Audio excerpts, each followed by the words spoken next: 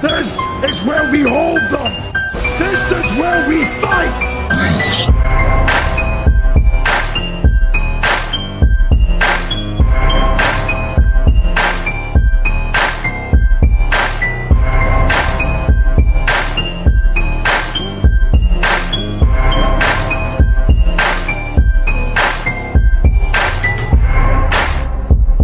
You are now listening to Sweep the Rack podcast featuring Brooklyn Rob and Big Mike.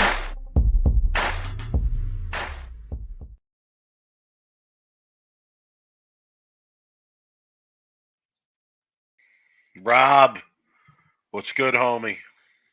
Mike, what better way to match a worst of the week rosin bag when you're bowling than your very own worst of the week shirt to match your rosin bag? Now, let me ask you, in your days of your bowling career, how long you've been bowling, whatever it is, like 35 years plus probably, right? Have you ever had a shirt match your rosin bag? I don't know. It had to have happened at some point. Nobody has ever matched their shirt with their rosin bag. Oh, you mean No. like the actual design? Yes. Okay, no, probably not. Yes. Probably not. So be the very first bowler to get a shirt, a sweep the rack worst of the week shirt with your very own sweep the rack worst of the week rosin bag, and now you're all good, man. You're ready to roll those 300s, average your 235 and 240, and you know and impress the Patch Pirates in your league on Tuesday night. No doubt. Anyway, that's my shameless plug for the night for our apparel. Bone with the Fef, what's up? Nico in the chat, what's up, guys? Tim got some skid hook rolls, asking if this is where he gets in the brackets. The suggestion. Other colors, working on it. Tim's Bigger sizes. Bigger sizes. I'll try. So yeah, man. All right, Mike. Well, I got the worst of the week shirt. You got your orange, man. We're matching, and we didn't even plan it. So people want the link, Rob. oh, People the link. Want the link. Maybe while I'm talking about my hack job of a league experience, you can throw you can throw the link up. Dude, I will absolutely throw it up. All right, shall I begin with what the people really want to hear? People want to hear about your league, I guess. You know, what's happening? My All guy, right, Mike, Jimmy. let's go. Jimmy, my guy. So I have 2 league reports this week because, as I do usually once a summer, I get asked to sub in a house league in Ocean County, about 50 minutes from my house. But because the person that asked me to sub is a good bowling friend of mine, who I've bowled with for a long time at this point, and because his teammate is one of my young bulls that I see around the bowling community, I told him no problem. I'll show up and bowl. So went and bowled on a house shot Tuesday night, and man, they're easy, man. They're like it's crazy. It's crazy.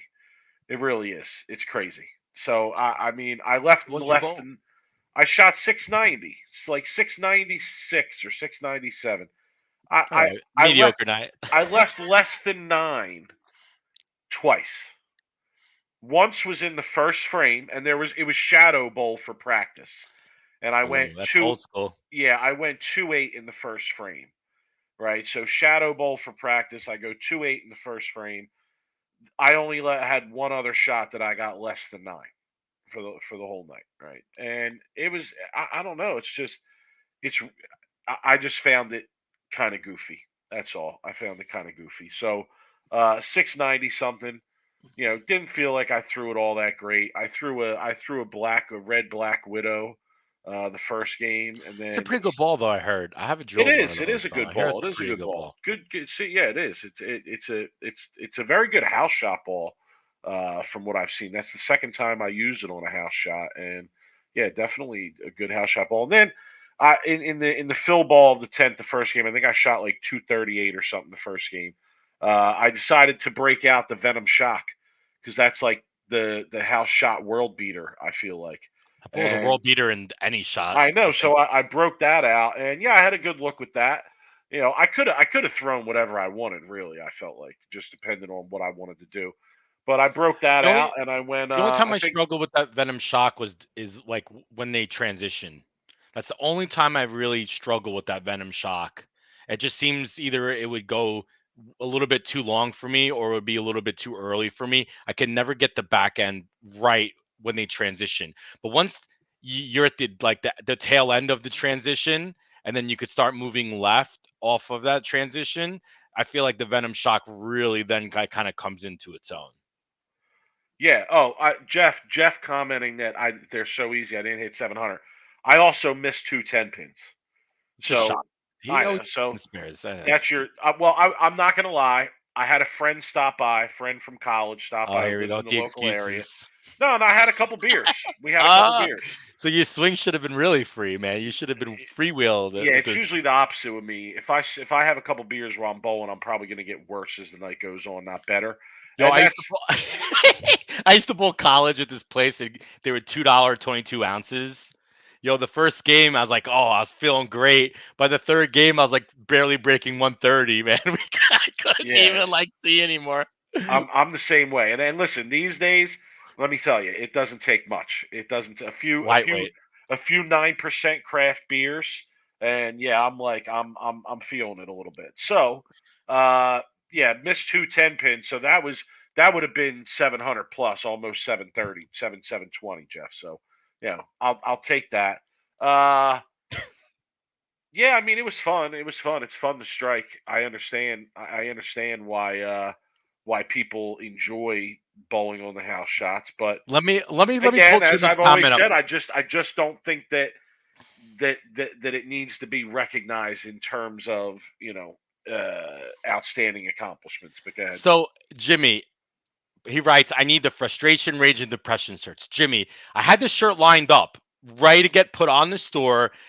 I sent it to Mike, and Mike says, oh, I got to fix it. You think he fixed it? 3 months later, I'm still waiting on a No, you're shirt from right. him. It is my fault. Because for that shirt we need the whole passage, and Rob didn't have Look, the whole passage, and I because and I have I a good only want the design. shirt.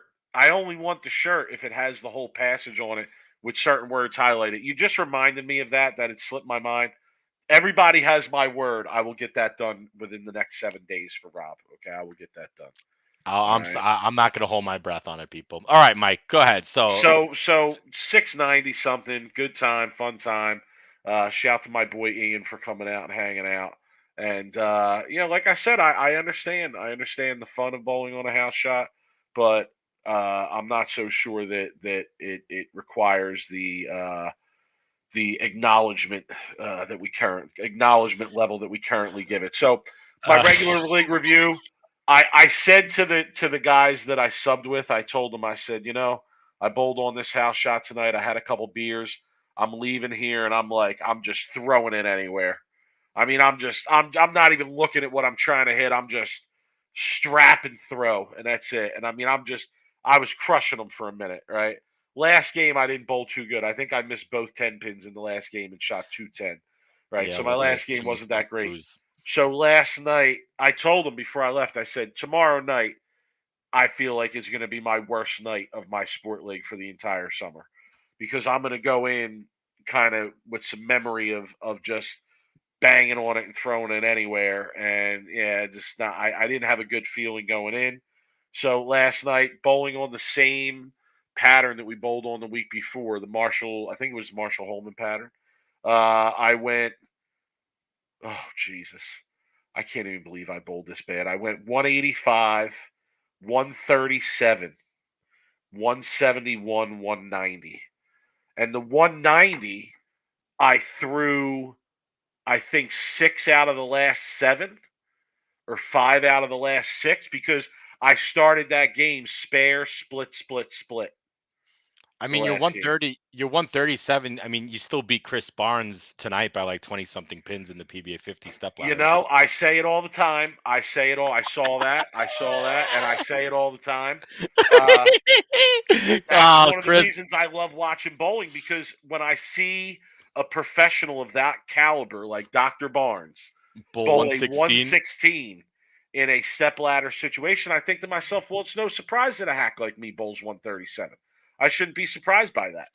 I So know. And it's so easy to get on Barnes about it, but man, in order to get there, I mean, how good did he have to bowl to get to that point?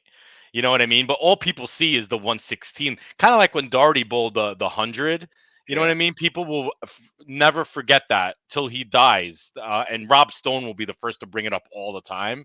But people got to realize how good he had a bowl to actually get on TV. You know what I mean? It's so easy just to remember the funerals. Nobody remembers the weddings. yeah, Tim, we didn't see it. We He's went and lucky. checked the yeah, I we feel went and like checked the standings. I know the stream wasn't But working. word on the street is when Barnes was in the middle of that game, he went over to the plug, the power outlet, and he did a little hey, oops, and then people, no one saw it. So that's what I heard happened, but I can't confirm or deny it. So last week on this pattern, urethane to me from the jump on the first pair I bowled on was Oh, not Barnes was for sure is gonna be messaging me, no doubt about it. yeah, He does. absolutely. Was not in play. Urethane was not in play last week on this Well, what did pattern people from the do? jump. What did people do? People had no. Oh my God, urethane! I can't use it. I actually have to throw a performance ball in the first game. What were Yeah, people so doing? Losing their minds, I didn't probably. I didn't I didn't really pay much attention to what other people were doing last week. I switched to an IQ tour pin down, and that Good gave me a ball. really good look. It's a I was really good playing ball. out to start, and that looked good if I could execute it. And then it transitioned where they carried down a little bit, and I had to make a big jump left, probably about 15, 17 boards left going into the third game. And yeah, I had that look that I personally really like where I got a little bit of hold in the middle of the lane. I got a little bit of hook to the right. I could even miss a little further right and probably get a light carry if I'm lucky. Okay. Had that. All right. And I bowled pretty good. This week, it was clear that urethane was the play to start. There's no question that urethane was the play to start. But then they transitioned very quickly and they carried down very quickly because everyone was using urethane. And I couldn't slow down. I could not slow down enough. So I got trapped between the urethane and the reactive in like the end of the first game, beginning of the second game. Second game started out 4 splits in a row, trying to move left. That actually ended up being the right move, but I didn't move far enough left. Then I switched pairs, and the gutter's in play on the other pair still. So the move on the other pair was not to move left; it was to move right. I got stuck in the third game playing in on the pair where I should have been playing out. Eventually, I moved about 10 right, 12 right from where I was, and like I said, I threw the last 5 out of 6 or 6 out of 7, something like that. So yeah, I bowled like a hack. I missed several easy makeable spares, and did not execute and bowled very poorly. I kind of pissed away my chances at a high finish in that league. I think I only got 2 points for the entire night out of a possible 25. So yeah, just disastrous, Yeah, disastrous. sounds Really, good. really bad time for a bad week. But yeah, we still got 3 weeks left, and we're bowling on some challenging stuff going forward. So we'll see what happens. I just gotta get my shot making back at a better level. I got to pull Ian Lang's comment because if anybody remembers a few months back, Oh boy. I did my worst of the week on the bowling catfish, going around catfishing bowlers as well as pros that I found out that pros were actually sending this catfish money.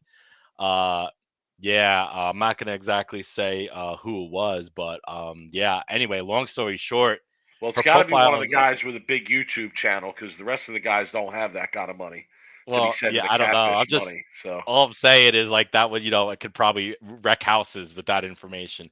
Anyway, so yeah, I guess her profile's back and she's back at it again. oh Not boy. real, but Ian Lang is on the case. People, don't worry. We're on the bottom of it. We Okay. got it. So all right, Mike. I got a guest on tonight, We and do have a guest. we have a guest. So I was recently obviously on social media, and I saw that there was a match, an action match that got set up. Robert Smith called out anybody in our area, in the Phoenix area, for a 5 game, $1,000 per game action match. And I'm like sitting there going like, who in their right mind would bowl Robert Smith for $1,000 a game, right? Big shot Bob, Maximum Bob, previous guest, friend of the show, Robert Smith.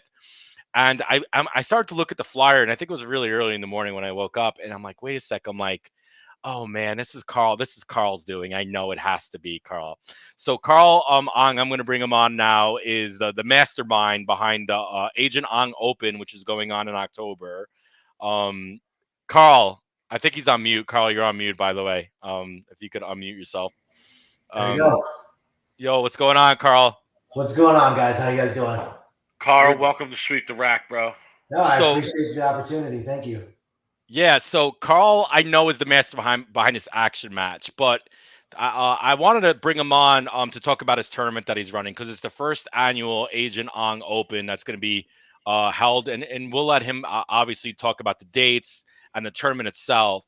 But we kind of want to introduce you, talk a little bit about your background in bowling, just, how you started bowling and like what brought you to the game. Man, it started as a kid. My dad was a lot older when he had me. I was born when he was 59 years old. So I couldn't do a lot with my dad. Can't play football, can't play catch. So he would take me to the bowling center, and I kind of fell in love with the sport. Had a little success as an amateur, went out on tour. That's how I met Robert and Tony Reyes, and I roomed with those guys on the regionals. And I learned the hard way that they're just that much better than me. Still love the sport. I still, stay around it. Made a lot of lifelong friends when I was out there, and met guys like yourself, Rob, and never looked back. So appreciate the sport, love the sport, and that's kind of how we are here today. What area are you from? Born and raised in Tempe, Arizona native. Okay. Yep. Yeah. Did you bowl in college? Actually, I coached ASU for 1 year, right before Jordan took over. So the guys got together, and they were without a coach for a year. And that season, I had Tyson Brannigan, Jason Cragen, Eddie Kirtley, was he on that team? What's that? Matt Burley was on my team. Yeah. Kirtley. What about Eddie Kirtley, the star of tomorrow? Yep. Mike Bronsart? No, he was before. He was with the previous coach ahead of time before. Like I said, I don't really know what happened. The guys got together and asked me if I wanted to coach for the year, and we did, and we actually made it to sectionals and the nationals. So we had a really wait good a time. sec. I gotta bring this comment by Theo, who's pumped to partner with you, Carl. I didn't know Theo was partnering with you in this tournament, so you know what that means. They're gonna be hard. There ain't no way in hell Theo is putting out any kind of house shot. So with that being said, I'm actually controlling the format, and I'm also creating the lane pattern. So I'm actually working with Kegel and a couple of guys from Bolero that are here at the house locally. So we have something coming up. We'll release it 7 to 10 days prior to the tournament. And until then, that's we're working out the kinks on it. But I'm not in Theo's case where he likes to watch people suffer. I mean, he enjoys, you can see the grin on his face when these guys are minus for the cut. He loves it. He has a sick, twisted mind in that aspect. I'm not there. I mean, I want a hard pattern, but a fair pattern. My goal is to try to keep the pace around 210. That's my goal. So now, I'm gonna go a little bit back here before we get into like the format and the tournament, whatever. Sure. Talk about what makes you want to decide to start a tournament like this. Like all of a sudden one day, would you get up and was like, you know what? I'm going to run a tournament in the Phoenix area. I'm going to pay 10 grand for first. I'm going to start running action matches. Like talk me through where's the 10 grand coming from too? I'm guaranteeing the entire prize fund myself. My man. Props to you, bro. So so the name of the tournament is called the Agent Ong Open. It's actually named after my real estate team. So it's kind of a double-edged sword. I'm getting some marketing, letting everyone know this is what I do for a living. I do real estate full-time out here in the Phoenix area. Okay. Obviously, we're getting bowlers from all across the country, potentially some guys from even outside the U.S. that might be coming. So obviously I can't key in on all those people, but just building my brand. But at the same time, most of these bowlers that are coming out, I've been around bowling long enough. I might not be known as a bowler per se, but I've been around bowling for a very long time. How it came about, I've thought about this for years, but for the last year, I've been really trying to put this together, coming up with ideas that from bowling when I used to bowl mega bucks, and talking to a bunch of different guys and trying to piece it all together with things that I've bowled and other guys like Rob or Sean or Robert Smith, just trying to get an idea of from international flavors all the way to just the PBA stops and whatever, trying to come up with an idea where we come up with a different format. Just don't do a 17-man step ladder. All right. No, definitely not doing that. Although that was interesting to watch for sure. I didn't think so. I strong, bro. It's your first time on this show, so I'm gonna let that slide. But I just gotta say, I strongly disagree with that assessment. Yeah, I'll disagree with you too on that. I just said it was interesting. I didn't say it was a great idea. I just said it was very interesting to see. Well, I'm just saying, don't use it. Don't use it. I assure you that's not in the cards for us. I promise. So do you still bowl? Yeah, he subbed against me in league about 6 months ago. So yes, randomly I'll show up and I'll shoe up and I'll throw a few games, but actively I'm not bowling league. I don't bowl tournaments. I did go to nationals this year. Nothing to report back on in regards to that. But yeah, just random stuff. I'll get a hair and I'll just shoe up for a few games. But no, definitely that stuff's way behind me now. So, but I did want to talk about Theo really quick. I gotta thank him. Theo's a huge instrumental part of this. I knew that I could not run a tournament without a solid tournament director. I can come up with the format. I can guarantee the prize fund. I can do all the marketing in the world. But I have to have complete bowling events and Theo to be the backbone and to make sure this format goes from A to B.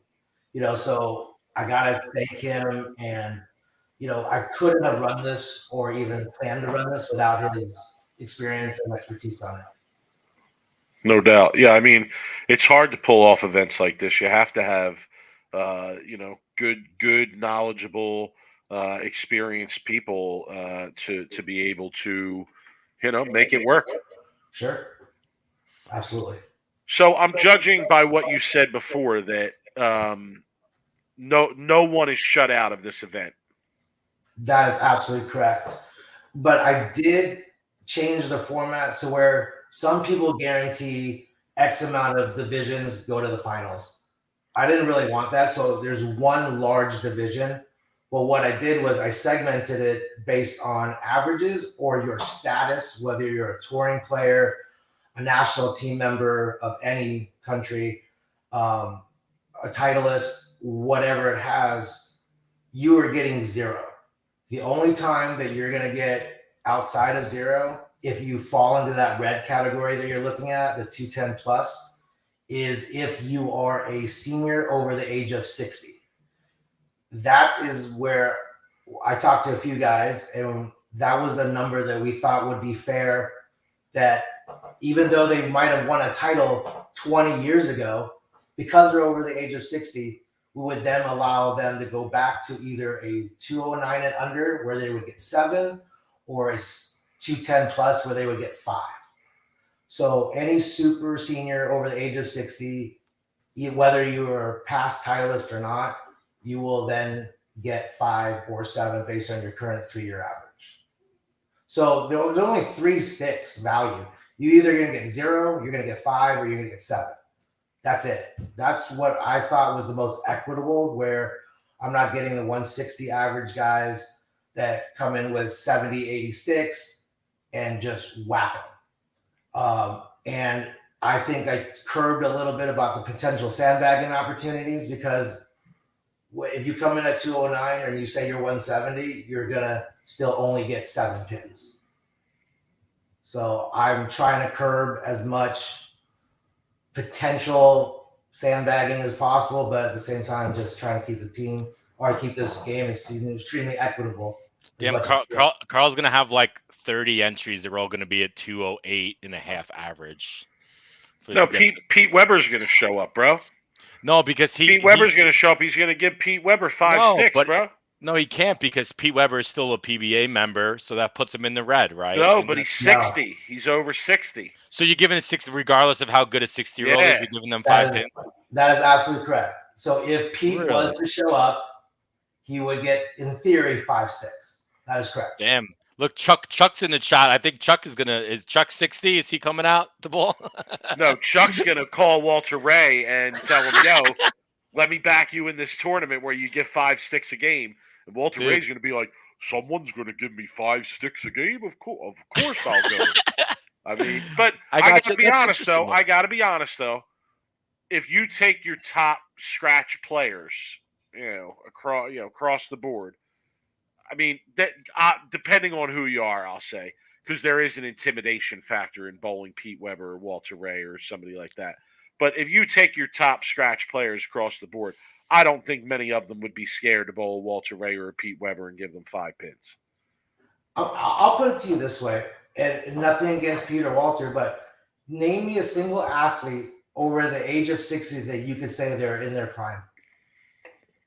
Norm Duke, maybe, but he's not 60. But the point is, I'm kidding. Any athlete that you claim is in their prime would be in their 30s, maybe 40s max. There is a threshold of an age where you're probably not as good as you were 10, 15, 20 years ago. And I'm not saying that Pete or Walter, by you bringing those names up, they can't win. Obviously, they can win. They're arguably the greatest of all time. Arguably. So with that being said, yes, they would get 5, but then they also have to bowl today's stars if they showed up, or whoever the top tier scratch bowlers, like you said. Is 5 pins or 7 gonna deter a potential win either direction? No, I don't think so. I don't think that's a bad rule, to be honest with you. All right, so I have a few questions here that I just think it's funny that Pete Weber and Walter Ray can show up and get pins. I think it's enticing to guys like that, because it's like, oh wow, you're going to give me a couple extra 6 a game too. Okay, yeah, maybe. I mean, we had to come up with a number. I'll ask you guys, if you guys had the pencil, what would the age be if you were to make a senior division and eventually give somebody 6? What would that age be? Probably 55. So you think lower? The pool of more bowlers would get additional 5 to 7 sticks. Yeah, so I don't have a problem with that. Okay. But I think 60 is right on though. Either. I wouldn't. I actually, the reason I would agree with Rob is because, in a way, you could argue, well, somebody who's 60 but has the resume of a Walter Ray or Pete Weber, like they should get those pins even if they're 55. Like the 5 years doesn't make all that great of a difference. But that's kind of why I would agree with Rob on that one. Yeah, so there's a few. Yeah, I mean, I don't have any problem with that, to be honest with you, Carl. I think that's actually pretty good. You'll definitely get a lot of senior interest for sure. I liked about the high roller that everything was scratch and it was broken down by divisions, right? And then when you got to the end and all those divisions were bowling against each other, it was still scratch, but it was one game, and anything can happen in one game. So that was one of the things that got brought up when I was creating a tournament, was when I collectively thought of how many bowlers in each division I would get. What I didn't want to have happen was, let's say a women's division that might only allow me 10 to 15, 20 bowlers as an example.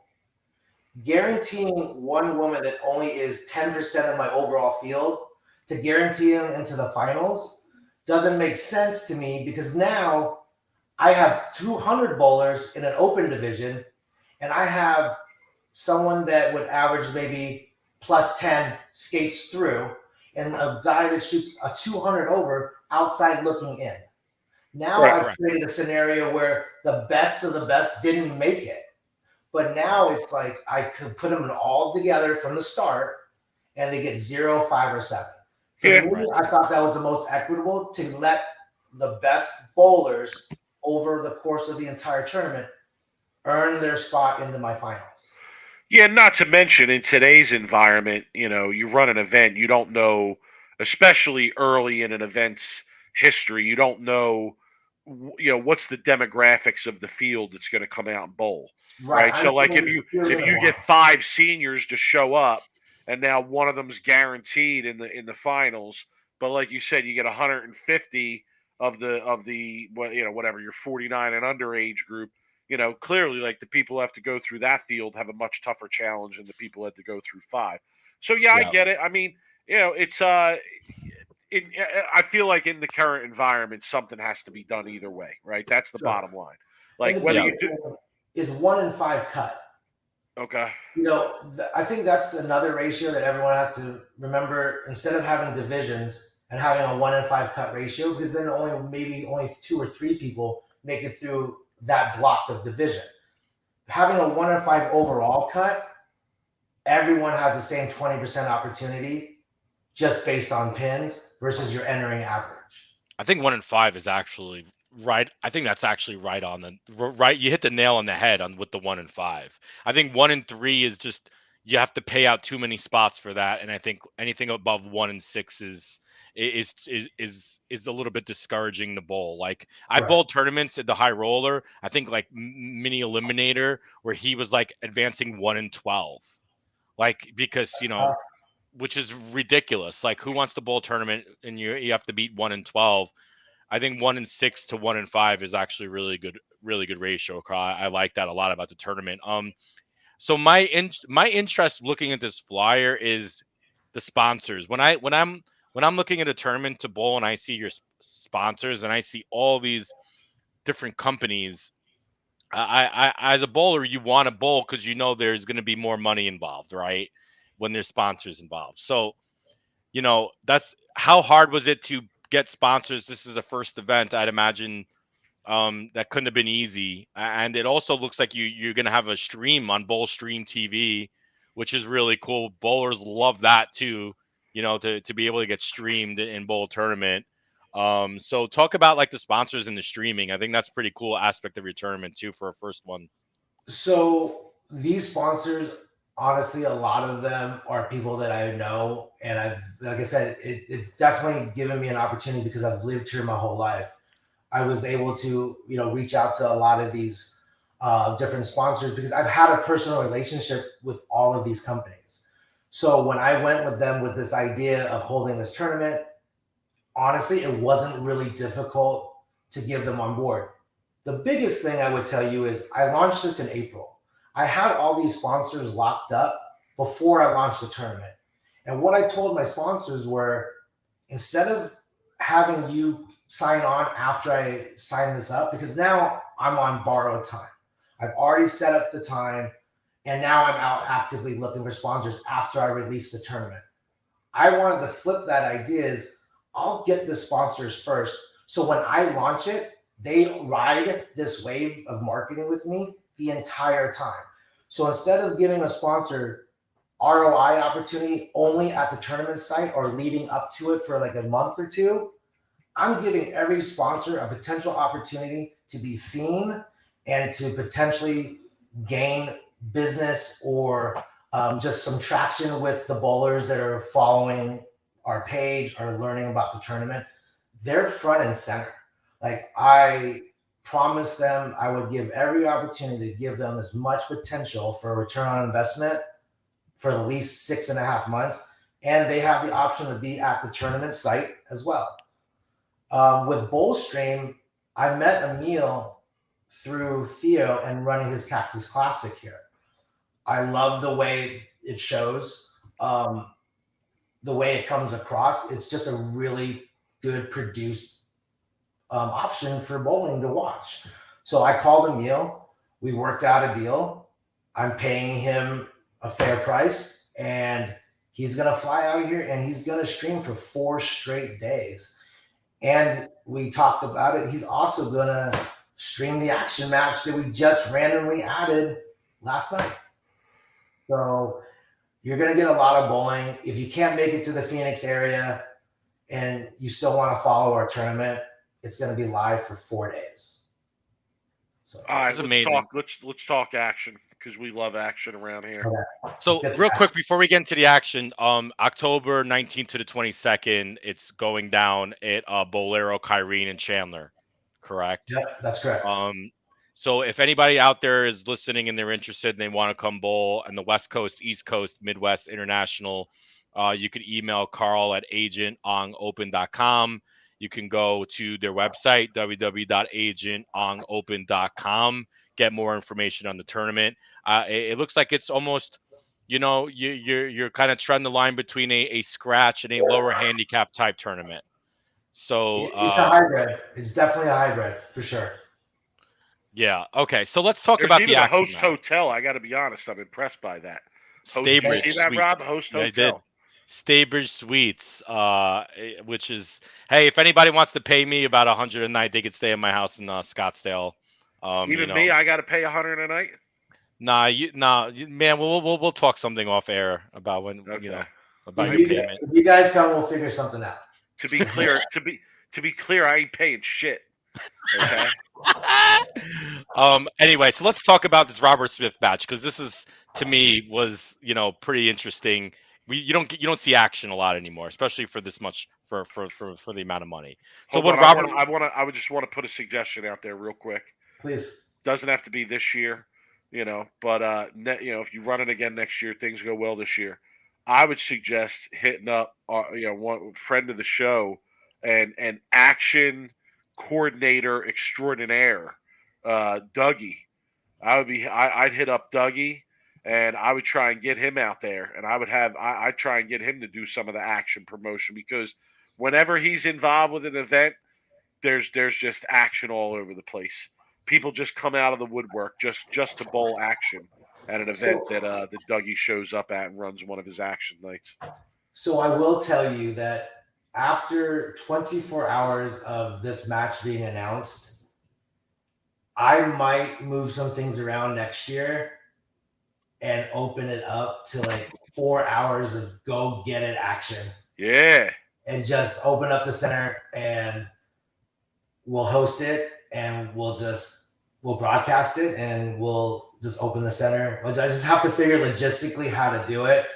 As you can see on the flyer, we're fully packed with squads. There was no time to do clinics that people were asking about, as well as what came up yesterday, this action match. So I'm learning as I go.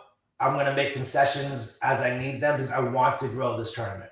If this tournament pops off and is a success, I assure you this. That's why I call it an inaugural event, because I have every intentions of running this annually.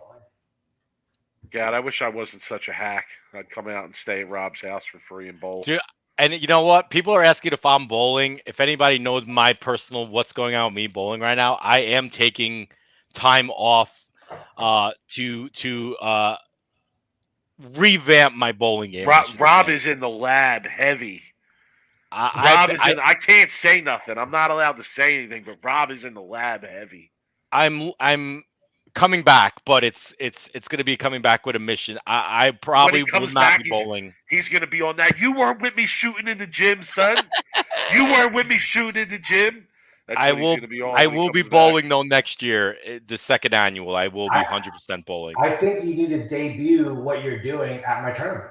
Oh, there's no chance. On bowl if he does, the world can watch you, make your debut. If you can convince him to do that, make sure it's live streamed the whole block, every game. That would be I might as well just take the $275 at first entry and just literally like burn it. So don't do that. We want the entry.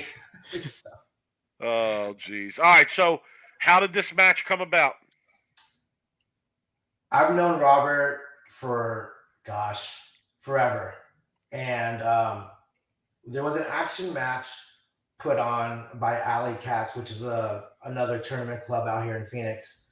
That happened a couple of weeks ago, and it sparked a lot of interest.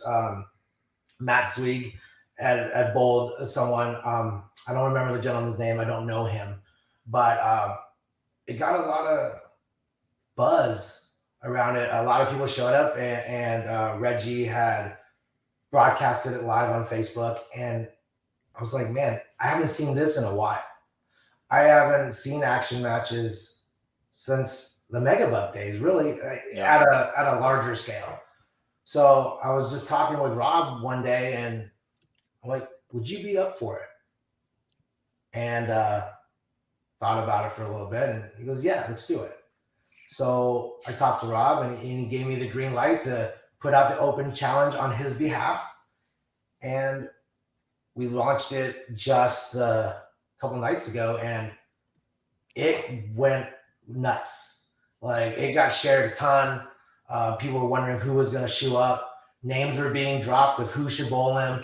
Someone said I should bowl him. I was like, are you fucking kidding me? Like, what are you kidding? For $1,000 I almost called Carl and be like, hey, Carl, you want to back me? And you know what? He would have laughed at me. It'd have been like, you got no chance. That is one thing. I'm not backing any bid on anything on this tournament. One, integrity, 100%. And two, no chance. No, I don't want this match at all. I know Greg forever too.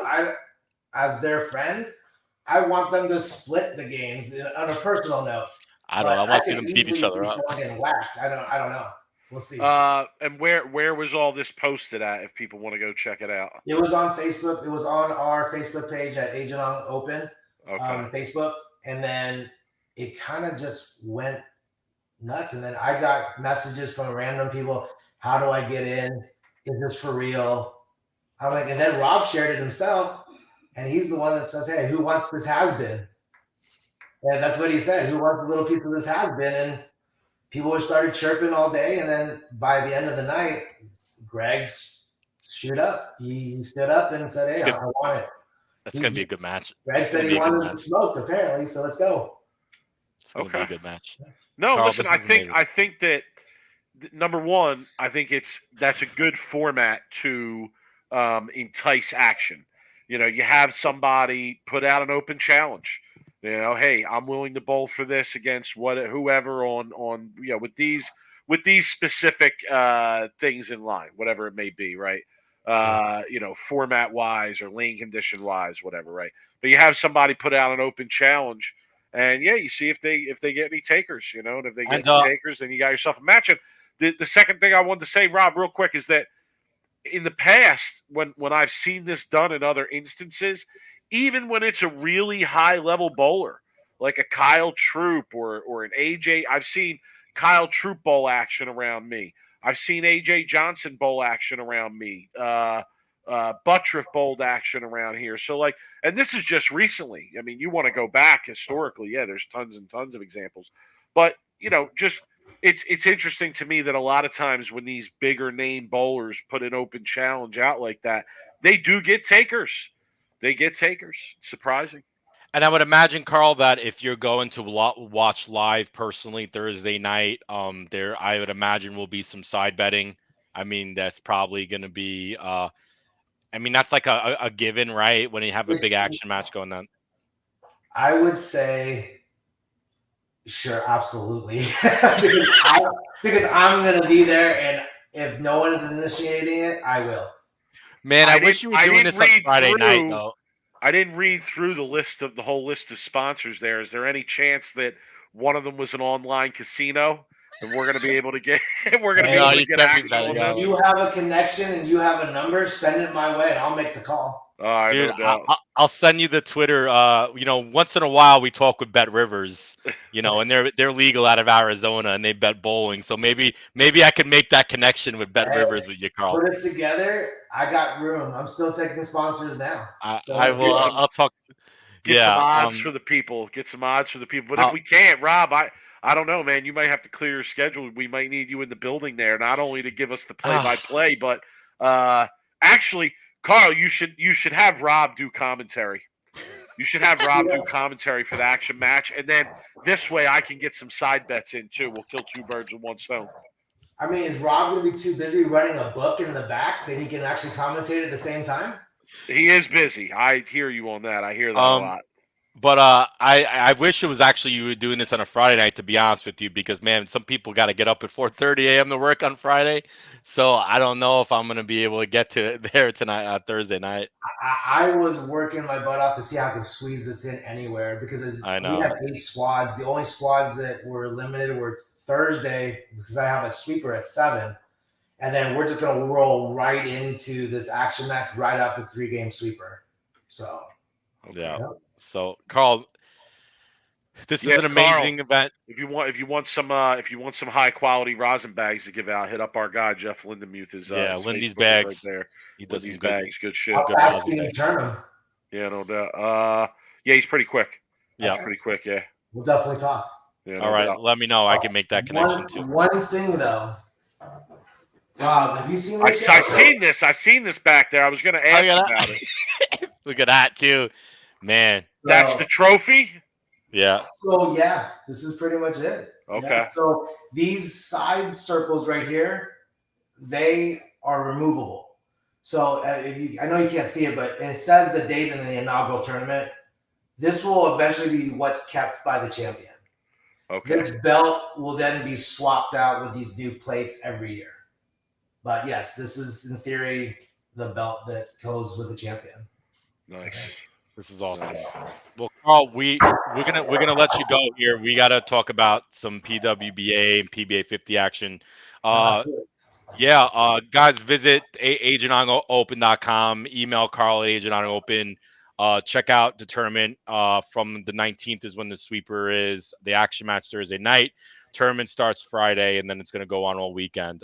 Yeah, and maybe I'll pop in on Saturday to Chandler. I'll get with a meal. Maybe I could get into the booth for a little bit.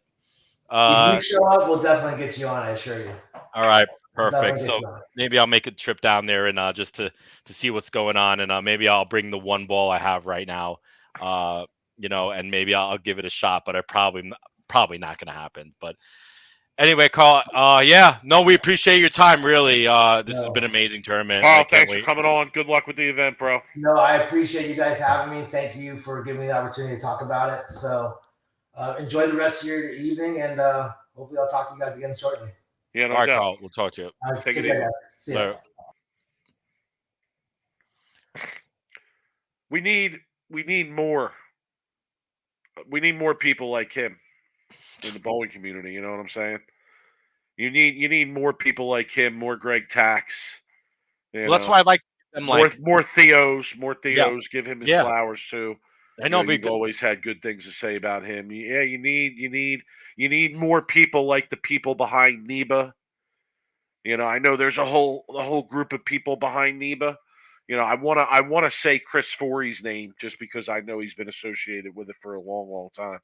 You need more people like oh geez, why am I gonna butcher this guy's name? I'm gonna go even a step further. Chris Vial. Chris Vial, who running, I think second year of like a high roller type action tournament over Thanksgiving up in Connecticut. It's just a shame that the real competitive bowling community has been diminished so much that I just don't think that there's the numbers or the interest to really have these tournaments thrive at the level that a Hoinky, a High Roller, a Red Hot Series, a World Match Games. What was the other one around us, Rob? The Vera Papas, was that it? Yeah, that was tough. Yeah, so you need more Theo and more Carl and more complete bowling events. Agent on Open. You need less ABT. Okay. Yeah, you need more Dougie. I agree, Robert. I mean, but and again, like, man, it's a shame. It's a shame because it is. If we could have kept the ultra competitive bowling community as strong as it was, let's say in like '98, right? When compared to now, I would say it was really strong then, even though a lot of people then were saying it was the end of the world and things were falling apart, right? But if you still had that kind of strength in the competitive bowling community, then yeah, like it would be awesome. It would be awesome to see a lot of these events dot the calendar throughout the year, because at that time you didn't really have as many events, that you could look forward to and really prep for and train for and make a big score at. There were few events, but all of them took place at the same time in Vegas in the same week. So it was either like you bowled good that week or You know what the you didn't. problem was though, and I mean I don't want to go down this rabbit hole, but the problem was is you had people like Steve Sanders running the mini eliminator who essentially ran it into the ground, right? Because of the money they were taking out, the 1 in 12, the waivers they were making sign about the prize fund. I mean, it just kind of went downhill. The Edelman family has always ran a good tournament with the high roller. Uh, I've always enjoyed bowling their tournaments, and when that tournament stopped and went under, and they didn't go under because they still run the military tournament, which is a very successful tournament from them. But when the regular high rollers stopped, it was almost the end of the mega buck, like scratch mega buck era, right? As soon as the high roller went down, the Tat, he's done a very good job keeping up with those tournaments in the same time period, but the Tat has been more directed towards handicap than it actually has Right. been It's not. for the It's not. scratch Yeah. It's bowler. not your elite. Right. It's It- not it- like the elite competitive level. no, I'm fine with that because I love the way he Oh, doesn't let so the am I. elite I mean, bowl. I remember when the Tat first started out as like an ancillary event during the high roller week, and it was something again that you couldn't bowl if you won more than 10 grand, right, Yeah, in an event, and I liked that a lot. I thought that it was a was a great cool idea. idea, The because problem with the problem with the Tat is the Tat has started being realized that a lot of their main like focus and main entries now are the handicap divisions. So they started being more generous towards the handicap bowlers, I should say, and less towards the scratch events, right? And the handy, it's just a lot of divisions now. And the one thing that Carl talked about was the fact that he doesn't let one division go right to the finals, right? That's the way it is, right? Where right. if you're in the division, you go right to the finals. Whole different. They're in a whole different life of their tournament. The way he is now, this is his first event. The Tad has been running, years of decades of tournaments. He understands the entries. He understands all that. Anyway, that being said, the Tat does do the Vegas Open, which is a scratch tournament. I believe it's strictly for the scratch bowler. He does that during a Labor Day.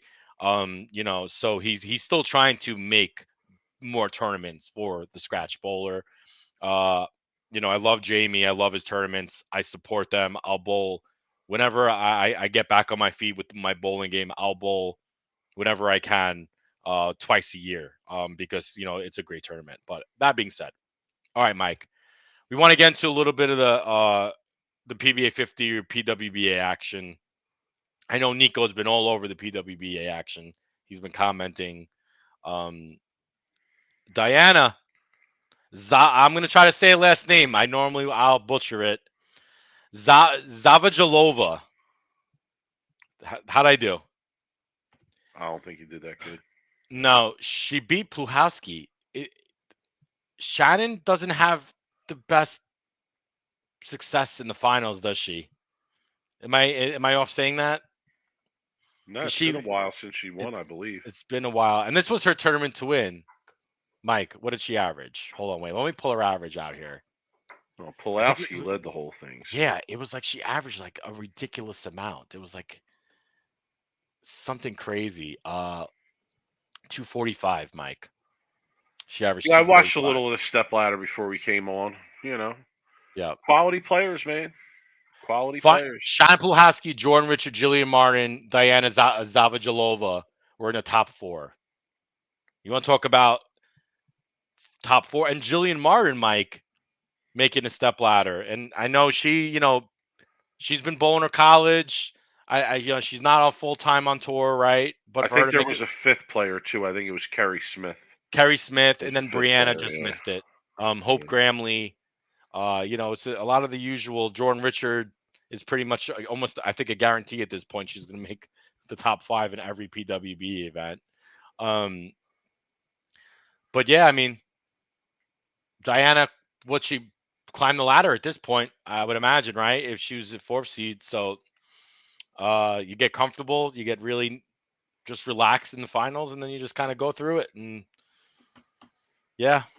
Yeah, I watched the last game I watched was her against Jillian Martin, and I felt like Jillian Martin kind of gave it away a little bit. She had a She got a chance little to close nervous. her She out. gets some nerves or what? I don't know if it was nerves. It just didn't seem like she threw her best shots at the best times. She had a chance to close her out in the 10th and split. It just wasn't a real good shot. Also split in the middle of the game too. Yeah. So anyway, congrats to Diana. Well deserved. She's one of the top players on tour. Yeah, and we'll continue. There's a lot of PWB action next week or two.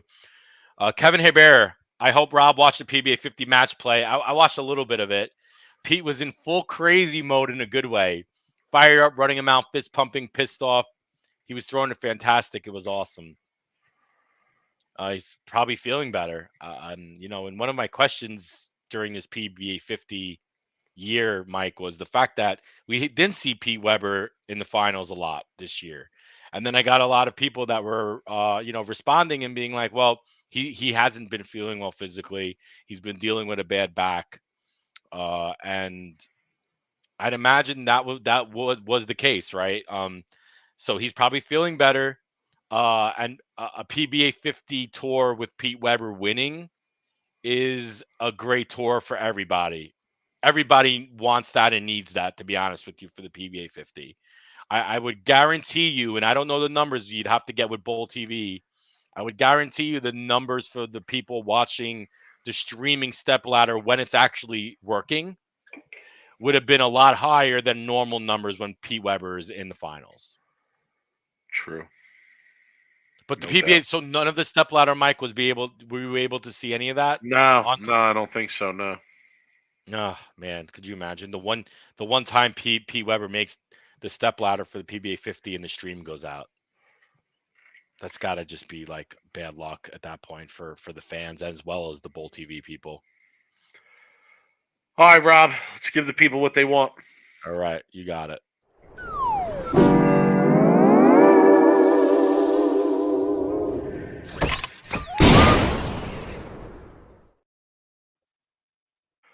Worst of the week. Get your shirts at the Etsy store. It's not on there yet, so don't go on yet, but I'll get it up there. Oh my goodness. I have so much worst of the week material this week. It's tough to choose. I got a guy from the Bowling Science Forum Oh, who posted 3 different house shots that his house might use, and I think they vote on it. So he wanted to know, based on a description of his game, which one would be the easiest for him. Right? So that was one.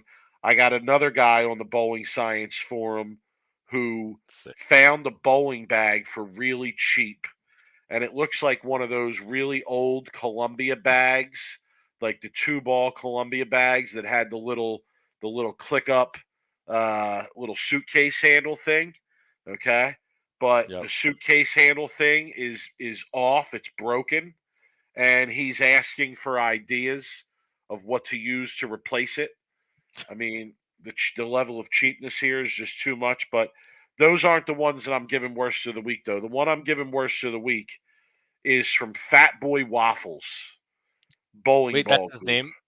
Oh, No, wait, no, this is the it's a group. group? Oh, I thought Fat that was his Boy name. Waffles Bowling Ball Group. Now, if you're not familiar, I'm the not. term waffle is used as a replacement for raffle on social media, because Really? if you put raffle, Facebook, etc., they'll like shut you down because they don't want you raffling stuff off, right? So Oh, I waffle didn't know has, that. yeah, waffle has kind of become synonymous with raffle. So this is Fat Boy Waffles Bowling Ball Group, and this was posted by Eric John. So I'm assuming that this is a group where they regularly do bowling ball raffles. Okay, Waffles. right. Here's the post. Well, first of all, there's a picture. There's a picture of a car. Okay, and here's the post. If we waffled off a car, would you be interested? What would you be willing to pay for a spot? We have an '05 BMW 330i in a rare sport package spec. More details if we get enough interest. Is that a spam? It sounds like a spam message. Let me just say, fat people over at Fat Boy Waffles, stick to waffling the bowling balls. All right, let's not get out of hand. Let's not be waffling off cars on the internet. All right, just stick to the bowling balls. Okay.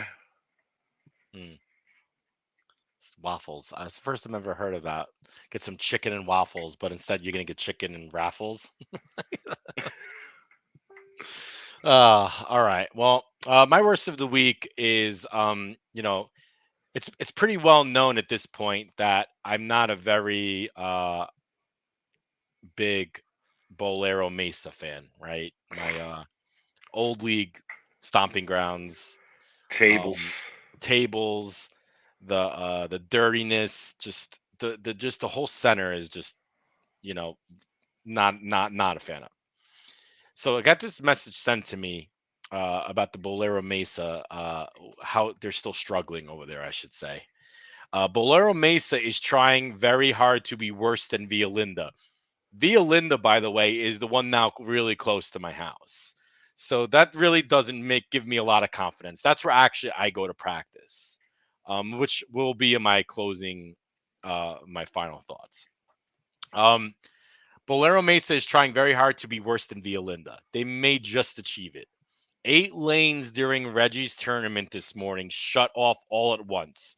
That was what Carl was talking about, the Reggie, the Alley Cat tournaments that he runs. Okay. They got them turned back on after about 10 minutes, and a half hour later, they all shut off again. It's a train wreck out here.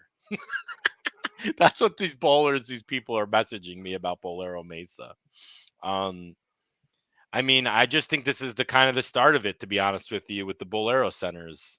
I don't see any really money going back into the centers. I don't see them fixing lanes. I don't see them putting new lane surfaces in, new pin setters in.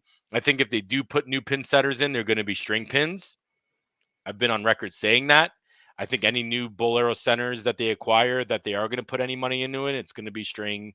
I think people are going to have to deal with that. But yeah, I mean, as for like upgrading the facilities, I don't think it's going to be an upgrade that's going to be towards the competitive bowling world. I think it's going to be more towards the like, uh, what is the word I'm looking for? More like the those like clubbish bowling type like upgrades and new centers. You know what I mean? Where there's going to be couches and there's going to be like all kinds of like upgrade first class type clubby type looking bowling centers. But anyway, yeah, shouts to Bowler Mesa, making the bowlers happy out there one day at a time. Yeah, a couple. There was. I had a convo on Twitter earlier this week where somebody was telling me that one Bolero center in New Jersey already switched over to string pins, and the plan is for several more to do the same. You know, it's funny. I was talking to a regional, and I know you're probably going to disagree with me on this, but I'm gonna put it out there anyway. Like I was talking to a regional bowler last night at League, and they were just saying that there was a regional in the East region this weekend where instead of taking 16 to match play, they took 12. And they did Was it it because of because, entries? no, it was because of time constraints from the bowling center. Like, I guess they needed them wrapped up by a certain time on Sunday, which would have been the finals or whatever. So, shout to Jake Rollins, too. He won his second regional title. I think Alex finished second, Rob. He's been bowling really good lately, too, out here. So they cut So, out 4 bowlers because they need the lanes for like parties or whatever it So I, was. I don't know. I'm not going to go that far. I didn't get any reasons as to why. Time constraints was the phrase used in the conversation that I had. And in this conversation with this regional player, I brought up that story that we talked about a few months back about the birthday parties at the place that had the regional. Listen, I hate to say this, I really do, but I think this is the real truth of the matter. Like as time goes on, and I feel like this is going to happen more quickly than a lot of us would like to believe. But as time goes on, the places where you can go and conduct a real high level competitive bowling tournament are going to be less and less. And like honestly, I think that bowlers kind of need to get used to compromising with the owners, managers, etc. of these centers that are still left that can, that are able to host a high level competitive bowling tournament. Because yeah, like we're going to be running out of options soon enough. We're going to be running out of options soon enough. So, Yeah. all right, Rob.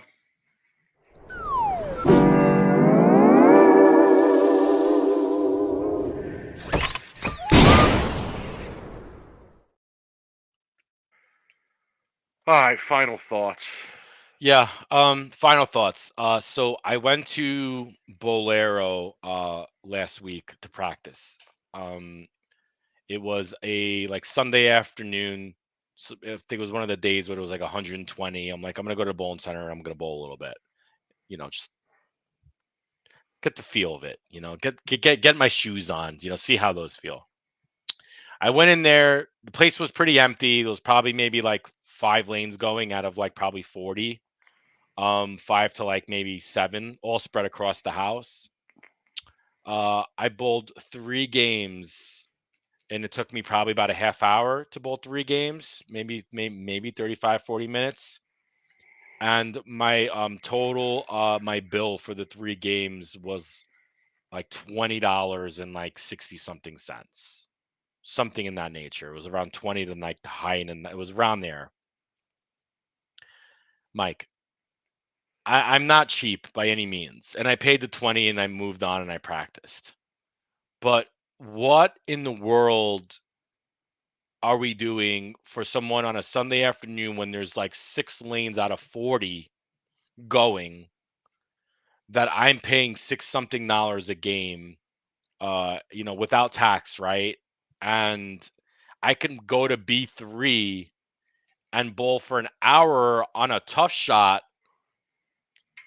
for $30 to $40, and get a real practice in instead of bowling on some leftover house, which was what I practiced Right. on Well, a yeah. I Sunday mean, I afternoon. think I think that's the point. Like, we have to support the B3s and not the Boleros. That is 100%. And the only issue I ever had with B3 is the fact that they're not open on Sunday. That's my only issue that I have with B3. I love the facility from the top to the bottom there. But for me, a Sunday would have been amazing for them to be open, because like that's the day that I'm off, right? From work, Saturday and Sunday, and sometimes you don't want to go on Saturday, you rather go on Sunday.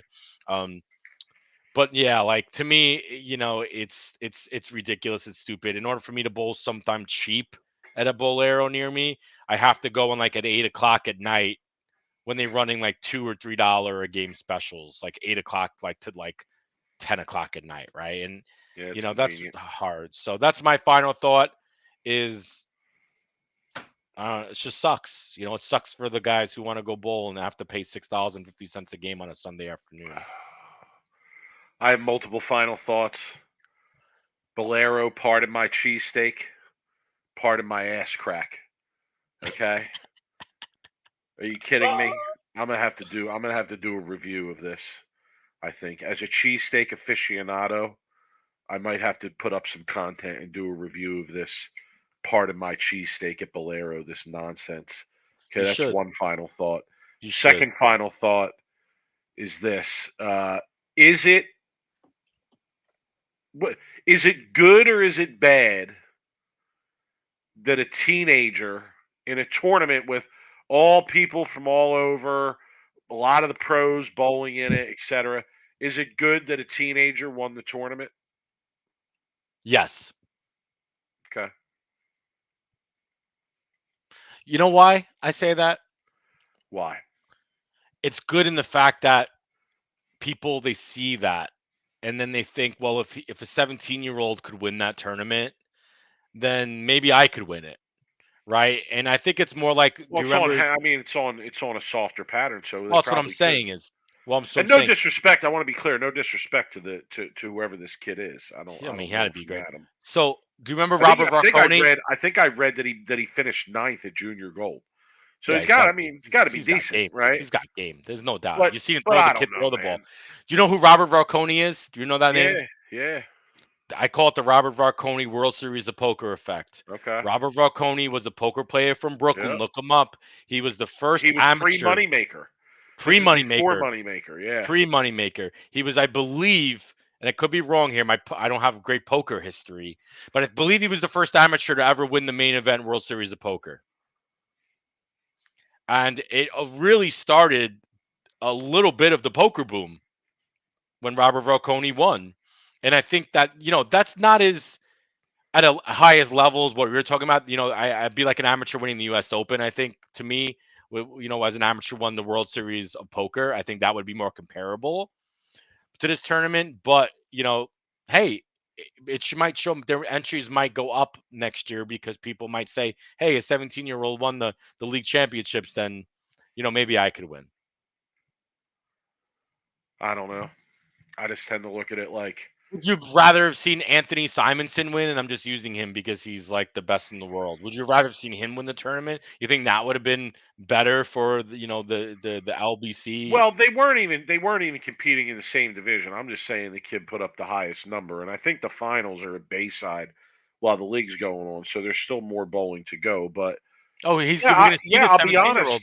We're seeing him. We're going to see him on TV. Yeah, I believe so. Yeah, Oh, I'll that's be cool. honest though. I don't think it's a good thing when an amateur or a younger kid or whoever really beats an established high level pro. Yeah, I just don't think it's a good thing. I don't think it's a good look for the So what is sport. your beef? Is the fact that the lanes were just too easy? Is that what your beef is? I Are you guess saying that's are you always saying that he my won beef, because the isn't it? lanes were easy? I know. That's what I'm trying to No, get to. I'm I'm not trying to get saying to that. that. Don't no. Don't go that far. I'm not saying that. I'm not trying to disparage the kid's accomplishment. Here's how I would say it. If the lanes were harder, I think there'd be greater chance of the elite professional players shooting the highest scores in the event. So don't you think that's probably the reason why they didn't make them harder? Yeah, but what I'm saying is the minute you allow those elite professional players into the event, you got to make them harder. Why? That's what I'm saying. Why? Because that's where their skill set is going to show and make a difference. But those elite players are going to show up regardless because the PBA is practically making them go bowl that tournament. Understood, So but they I'm not might as talking well about that. I'm talking about the results. I'm talking about the results and how the results are viewed by the general public versus how the results are viewed by, people that are hardcore into the game. Right? It's Oh, going to so be a little you're saying that this is more of just a perspective thing where like people are going to be like, oh, well, this kid beat the best in the world. right. That's how you're looking at it. Right. They're either going to think, well, the best in the world aren't that great, Great. or they're going to think, oh, this 17-year-old kid is an absolute phenom. Okay. Okay. And So we're when in looking at it at reality, I don't know. we're looking at it at two different perspectives. You're looking at it at that perspective. I'm looking at it like as a PBA wants to bring more entries in to the tournament next year. Yeah, it's a fair point. Tim says that, we wouldn't have a Pete Weber or Norm Duke. They were both 18 when they started on the PBA. No, understood. But my counter to that, Tim, would be that in that instance, Norm and Pete were bowling on conditions that resembled what the guys on the PBA were bowling on, more so than bowling in an environment where it really wasn't that the same, and thinking that it stacks up. So I don't know. It's just something that's been on my mind since Okay. that tournament finished. And Gotcha. all right, Rob. Listen, we appreciate everybody joining us. Much love to everybody who comes into the chat and shares with us. Hope you enjoyed the show tonight. It was nice to have Carl on. Here's about his event. Action. I love action. Always love action. Action is the heart of bowling to me. It really is. It's where it's at. So it was cool to hear that. We'll keep up on that. Follow us on social media. He's at Brooklyn Rob 11. I'm at the 215th. I don't. Will we be on next week? I assume we'll be on next week. Most likely, I'll be around. I don't know if you'll be around. What's next? What's next weekend? I say yeah. I should be. We should be good. Yeah. Brad and Kyle on Fox and Friends for National Bowling Day. I hope that's a better segment than the last time they had the pros on Fox and Friends. That was a disaster. But yeah, I'm sure either it's going to be worst of the week or it's going to be something we'll talk about if it's a good segment. But I foresee it being a worst of the week candidate without even watching it. No doubt. You know? All right, Rob. Have a good week, and we'll talk to everybody next week. Later, guys.